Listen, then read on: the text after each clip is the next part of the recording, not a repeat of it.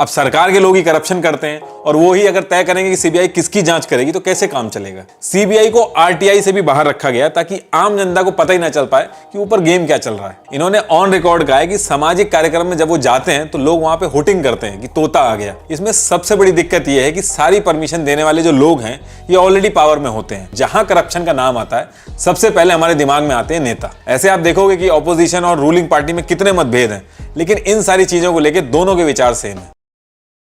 देखिए, जब भी इंडिया के अंदर कोई गैर कानूनी एक्टिविटी करता है तो लॉ के हिसाब से उसको सजा होनी चाहिए और जो हमारा कोर्ट है वो डिसाइड करता है कि क्या सजा होनी चाहिए। लेकिन कोर्ट खुद से इन्वेस्टिगेशन नहीं करता है, ये काम करती है इन्वेस्टिगेटिंग एजेंसीज। वो पता लगा के कोर्ट के सामने सबूत रखती हैं और फिर कोर्ट सजा देती है। जब किसी एरिया में कोई क्राइम होता है तो लोकल पुलिस की जिम्मेदारी होती है कि उसको जाके देखे, लेकिन पुलिस को भी अपनी बाउंड्रीज के अंदर ही रह के काम करना होता है। कोई भी पुलिस अपने ज्यूरिडिक्शन के बाहर जाके केस नहीं उठा सकती है। ऐसा नहीं हो सकता कि यूपी की पुलिस पंजाब में जाके किसी को पकड़ ले या फिर इंक्वायरी शुरू कर दे। इसके लिए उसको पंजाब की पुलिस से परमिशन लेनी होगी, उनको इन्फॉर्म करना होगा पंजाब की पुलिस को। और पुलिस डिपार्टमेंट के अंदर भी अलग अलग चीजों के लिए अलग अलग डिपार्टमेंट होते हैं, जैसे ATS, STF, CBCID, CID, LIU, crime branch, ये अलग अलग डिपार्टमेंट होते हैं। अब अगर आप इसके भी बाहर निकलते हो तो रॉ है। रॉ का काम होता है कि इंडिया की बाउंड्री जहां पे खत्म होती है उसके बाहर इन्वेस्टिगेशन करना। रॉ इंडिया की बाउंड्री के अंदर इन्वेस्टिगेशन नहीं करती है। जो भी साजिश इंडिया की बाउंड्री के बाहर होती है उसको रॉ देखती है। और ऐसे ही अगर इंडिया के अंदर कोई साजिश होती है तो उसको आईबी देखती है। आईबी का काम होता है इंफॉर्मेशन निकाल के रिस्पेक्टिव डिपार्टमेंट को इन्फॉर्म करना। मान लीजिए आईबी को ढूंढते ढूंढते पता चलता है कि महाराष्ट्र में कोई प्लान अटैक होने वाला है, तो आईबी खुद बंदूक लेके नहीं पहुंच जाएगी, वो महाराष्ट्र की पुलिस को बताएगी और उसके बाद महाराष्ट्र की जो पुलिस होगी वो एक्शन लेगी। आईबी इंडिया के किसी भी कोने में जाके काम कर सकती है, उसके ऊपर कोई बाउंडेशन नहीं है। देखिए, पुलिस डिपार्टमेंट जो है वो स्टेट का सब्जेक्ट है। पुलिस राजस्थान में नहीं घुस सकती बिना परमिशन के, ऐसे ही राजस्थान की पुलिस यूपी में नहीं घुस सकती। लेकिन जो सीबीआई है उसके ऊपर कोई बाउंडेशन नहीं है, वो ऑल ओवर इंडिया में काम कर सकती है। जो सीबीआई होती है ये सेंट्रल गवर्नमेंट के अंडर में आती है। अब मान लीजिए आपकी गली में कोई क्राइम हो गया, तो ऐसा नहीं है कि आप फोन घुमा के सीबीआई को बुला लोगे, आपको पुलिस को ही फोन घुमाना होगा। सीबीआई तभी आती है जब उसको रेकमेंड किया जाता है। मान लीजिए यूपी में कोई क्राइम हुआ तो यूपी के सीएम जब तक होम मिनिस्ट्री को लेटर नहीं लिखेंगे कि इस मामले की जांच सीबीआई को करनी चाहिए, तब तक सीबीआई उस केस में नहीं आ सकती। होम मिनिस्ट्री सीबीआई की रिक्वेस्ट को रिव्यू करती है और उसके बाद सीबीआई किसी क्राइम की इन्वेस्टिगेशन स्टार्ट कर सकती है। सीबीआई तभी आती है जब सीएम लेटर लिखे होम मिनिस्ट्री को, या फिर सुप्रीम कोर्ट या हाई कोर्ट को लगे कि इस केस की सीबीआई इंक्वायरी होनी चाहिए, तब आती है। या फिर सेंट्रल गवर्नमेंट को लगे कि सीबीआई की इंक्वायरी होनी चाहिए तो उस केस में आती है। ऐसे ही मनी लॉन्ड्रिंग या फिर ब्लैक मनी की बात आती है तो उस केस में ईडी आ जाती है। ऐसा पैसा जिसका टैक्स चुराया जा रहा हो या फिर ऐसा पैसा जिसका सोर्स का पता ना हो कि कहां से आया है, वो उस केस में ईडी आ जाती है। ऐसे ही कोई ड्रग्स वगैरह की बात होती है तो एनसीबी देखती है उसको। आपने देखा होगा जब सुशांत सिंह राजपूत का केस हुआ था तो उसमें पहले मुंबई की पुलिस ने इन्वेस्टिगेशन की थी और बिहार की पुलिस चाह के भी मुंबई में इन्वेस्टिगेशन नहीं कर पा रही थी। फिर उसके बाद सीबीआई को बुलाया गया।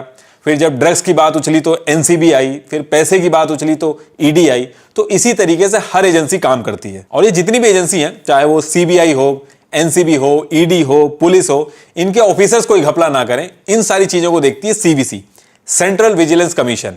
ये जितने भी सरकारी इंप्लॉय होते हैं ये सीवीसी से बहुत डरते हैं। देखिए, इंडिया के अंदर बहुत सारी एजेंसीज हैं। कोई ड्रग्स के केसेस को देखती है तो कोई टेररिस्ट के केसेस को देखती है, लेकिन जितना डर एक नेता को सीबीआई और ईडी से लगता है उतना किसी और एजेंसी से नहीं लगता, क्योंकि ये दोनों एजेंसीज करप्शन देखती हैं और जहां करप्शन का नाम आता है सबसे पहले हमारे दिमाग में आते हैं नेता। देखिए, ईडी एक अलग टॉपिक है, वो किसी और दिन डिस्कस करेंगे, लेकिन सीबीआई बहुत ही पावरफुल चीज है।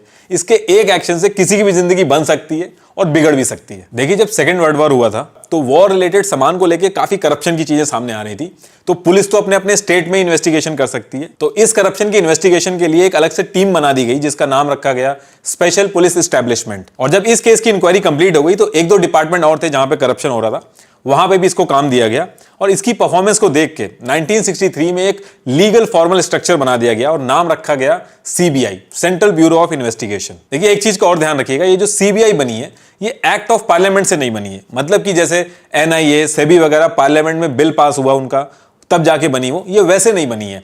ये गवर्नमेंट के एक नोटिफिकेशन से सेटअप हुई है। मतलब गवर्नमेंट ने एक रेजोल्यूशन लाया और इनकी टीम सेटअप कर दी। अब देखिए, इतना इंपॉर्टेंट डिपार्टमेंट है सीबीआई। कायदा तो ये कहता है कि जैसे एनआईए, सेबी वगैरह हैं, इनके खुद के अपने रूल हैं, वैसे ही सीबीआई का भी होना चाहिए। लेकिन 1963 से इतनी गवर्नमेंट आई और गई, किसी ने भी इसको एक लीगल स्ट्रक्चर में फॉर्मुलेट करने की कोशिश नहीं की, बल्कि नोटिफिकेशन निकाल निकाल के इसको वीक किया गया ताकि इसको अपने हिसाब से चलाया जा सके। सीबीआई को आरटीआई से भी बाहर रखा गया ताकि आम जनता को पता ही ना चल पाए कि ऊपर गेम क्या चल रहा है। हमारे जो सुप्रीम कोर्ट है 1963 1963 से लड़ाई लड़ रहे हैं कि सीबीआई को एक लीगल और स्ट्रॉन्ग स्ट्रक्चर दे दिया जाए, लेकिन उसके बाद भी कुछ नहीं होता है। 2013 में जब बहुत ज्यादा अति हो गई तो गुवाहाटी हाई कोर्ट ने काफी हिम्मत का काम किया और इस पे एक एक्शन लेने की कोशिश की। गुवाहाटी हाई कोर्ट ने कहा कि ये जो सीबीआई आप चला रहे हो अपने हिसाब से, ये सेंट्रल गवर्नमेंट ने एक रेजोल्यूशन निकाल के बना दी थी। रूल्स इसमें क्या होंगे ये भी आपने एक रेजोल्यूशन निकाल के सेट कर दिए कि Delhi special police establishment act जो है 1946, उसके हिसाब से जो रूल्स होते हैं सीबीआई भी वही फॉलो कर लेगा। सीबीआई जाके लोगों को सर्च कर रही है, उनको अरेस्ट करती है। ये जो एक्टिविटी सीबीआई करती है ये आर्टिकल 21 के हिसाब से अनकॉन्स्टिट्यूशनल है, ऐसा गुवाहाटी कोर्ट का कहना है। और इसके बाद कैलकाटा हाई कोर्ट जो था उसने भी सेम चीज पे सवाल किए। देखिए कायदा तो ये कहता है कि जब कोर्ट ये सब सवाल उठा रहे हैं तो 2 मिनट का काम है इसको एक लीगल स्ट्रक्चर देना, लेकिन वो नहीं किया जाता है, बल्कि सेंट्रल गवर्नमेंट क्या करती है, इस पूरे फैसले पे स्टे लगा देती है। और इसके बाद कई गवर्नमेंट्स आई और गई, किसी ने भी इसके स्टे को हटाने की कोशिश नहीं की। 1963 से लेकर आज तक सीबीआई की कॉन्स्टिट्यूशनल वैलिडिटी पे कोई फैसला नहीं लिया गया है, क्योंकि पावर में आने के बाद सबको इसको अपने हिसाब से चलाना है। अगर वो सीबीआई को इंडिपेंडेंट करके एक लीगल स्ट्रक्चर दे देंगी तो इनके खुद के काम फंस जाएंगे। जो जुल्म इनके साथ हुए हैं उसका बदला कैसे लेंगे ये लोग। इससे पहले कि हम आगे बढ़े, आपको मैं कुछ बताना चाहूंगा। आईटी स्किल्स जैसे डेटा एनालिसिस काफी सालों से डिमांड में है और फ्यूचर में भी रहने वाली हैं। बट जो लोग आईटी बैकग्राउंड से नहीं है बट आईटी फील्ड में आना चाहते हैं, उनके लिए करियर स्विच करना काफी चैलेंजिंग हो जाता है। लेकिन कोडिंग इन्वेडर के साथ आप हाई पेइंग आईटी फील्ड में as a data analyst enter कर सकते हो। कोडिंग इन्वेडर का करंट डेटा दिखाता है कि इन्होंने 93% का प्लेसमेंट दिया है। फिर भी अगर आपको लगता है कि आप बाकी 7% में रह गए हो तो आपकी इन्वेस्टमेंट खराब नहीं होने वाली, क्योंकि ये मनी बैक गारंटीड देते हैं इन रिटर्न एग्रीमेंट एनरोल करने से पहले। अगर प्लेसमेंट नहीं तो फुल रिफंड। कोडिंग इन्वेडर के थ्रू लास्ट 6 मंथ में 20,000 से ज्यादा कैंडिडेट्स 10 से 25 लाख तक के पैकेजेस ले चुके हैं। इनके रियल बिजनेस प्रोजेक्ट्स इंडस्ट्री के एक्सपर्ट्स ने डिजाइन किए हैं, जो Amazon, फिलिप्स, इन्फोसिस से हैं। अगर आप भी टेक्निकल डोमेन में स्विच करना चाहते हो एज अ डेटा एनालिस्ट, तो फायदा उठाओ इस अपॉर्चुनिटी का। इनके जॉब गारंटीड बैच में अप्लाई करने के लिए click on the link in the description box और यूज करें मेरा कोड NR20 और पाएं 20% का फ्री डिस्काउंट। तो टॉपिक पे वापस आते हैं। सीबीआई एक ऐसा तोता है जो पिंजरे में बंद है, ऐसा सुप्रीम कोर्ट ने ऑन रिकॉर्ड कहा है। पहले इसको सरकार का तोता बोला जाता था और आजकल इसको सरकार का दामाद बोला जाता है। अब क्योंकि सीबीआई पूरी तरीके से हमारे लॉ से प्रोटेक्टेड नहीं है, इसलिए सीबीआई को नेताओं के रहमो करम पे रहना पड़ता है। सीबीआई में जो हायरिंग होती है वो इंडियन पुलिस सर्विस से होती है, इसलिए सीबीआई को पूरी तरीके से होम मिनिस्ट्री पे डिपेंडेंट रहना पड़ता है हायरिंग तक के लिए। सीबीआई को आईपीएस चलाते हैं जो खुद सीबीआई में काम करने के बाद फ्यूचर पोस्टिंग के लिए सरकार पर डिपेंडेंट रहते हैं। इसके साथ साथ सीबीआई के ऊपर अगर खुद कोई बात आ गई तो लॉयर तक के लिए उनको होम मिनिस्ट्री पे डिपेंडेंट रहना पड़ता है। सीबीआई के शुरुआती सालों में सीबीआई पर लोगों को बहुत भरोसा था, लेकिन अब सीबीआई भी जनता की नजरों में आ गया है। सीबीआई के एक्शंस और इन एक्शंस की वजह से उसकी क्रेडिबिलिटी पे असर पड़ रहा है। ये मैं नहीं कह रहा हूं, ये एग्जैक्ट लाइन यूज की थी हमारे chief justice of India N V Ramana ने सीबीआई के लिए। पहले जो सीबीआई का डायरेक्टर होता था उसको सेंट्रल गवर्नमेंट जब चाहे हटा सकती थी। मान लो कोई केस स्टार्ट कर दिया सीबीआई के डायरेक्टर ने तो उसको फायर कर दिया जाता था। तो इसको लेके बहुत हल्ला हुआ, कोर्ट ने प्रेशर बनाया तो मजबूरी में फिक्स करना पड़ा कि जो भी सीबीआई का डायरेक्टर होगा उसको 2 साल से पहले कोई भी नहीं हटा सकता, देश का पीएम तक नहीं हटा सकता। और फिर आगे चल के एक रूल और लाया गया जिसमें इसको बढ़ा के 5 साल तक कर दिया गया। ये इसलिए किया गया ताकि सीबीआई का जो डायरेक्टर है अगर किसी मिनिस्टर पे इन्वेस्टिगेशन करे तो उसको कोई डर ना हो, क्योंकि जैसे इन्वेस्टिगेशन स्टार्ट होती थी सीबीआई के डायरेक्टर को हटा दिया जाता था। अब ये रूल तो बहुत ही अच्छा बनाया गया, लेकिन इसमें एक और कंडीशन लगा दी गई कि 5 साल एक साथ नहीं रखा जाएगा। सीबीआई के डायरेक्टर को पहले 2 साल पूरे करने होंगे, उसके बाद एक साल करके उसका टेन्योर बढ़ाया जाएगा। अब 1 साल और बढ़ाना चाहिए या नहीं बढ़ाना चाहिए ये सेंट्रल गवर्नमेंट डिसाइड करेगी। तो अब इसमें होता यह है कि अगर सीबीआई का डायरेक्टर सही से 2 साल तक काम करता है, गवर्नमेंट के हिसाब से काम करता है, तब तो उसकी टर्म बढ़ा दी जाती है, वरना वहीं पर रोक दी जाती है। आप एक बार अपने आप को सीबीआई का जो डायरेक्टर है उसकी जगह पर रख के देखिए, आप कैसे फैसला ले पाओगे। यही रीजन है कि सीबीआई के लिए तोता और दामाद जैसे वर्ड मीडिया में आने लगे हैं।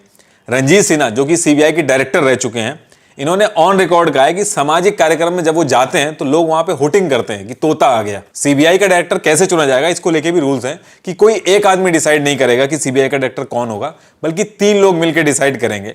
एक हमारे देश के पीएम, दूसरे ऑपोजिशन के लीडर और तीसरे सुप्रीम कोर्ट के जज।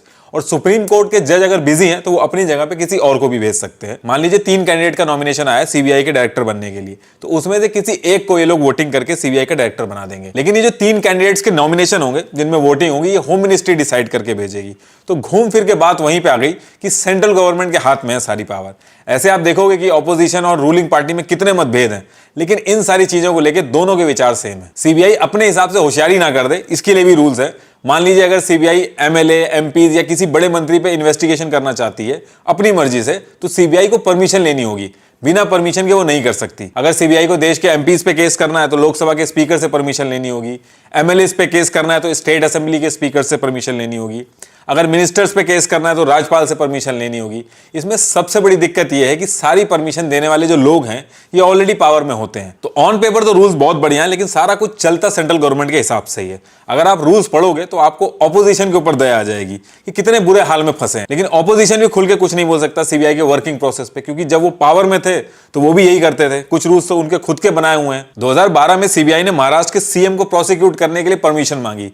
उस पर्टिकुलर टाइम पे तो गवर्नमेंट ने परमिशन नहीं दी, लेकिन जैसे ही सरकार बदली उनको परमिशन मिल गई। नरादा स्ट्रिंग ऑपरेशन केस में भी जो ऑपोजिशन पार्टी के लोग थे उनके लिए लोकपाल ने परमिशन दे दी थी और बाकियों के लिए परमिशन नहीं दी गई।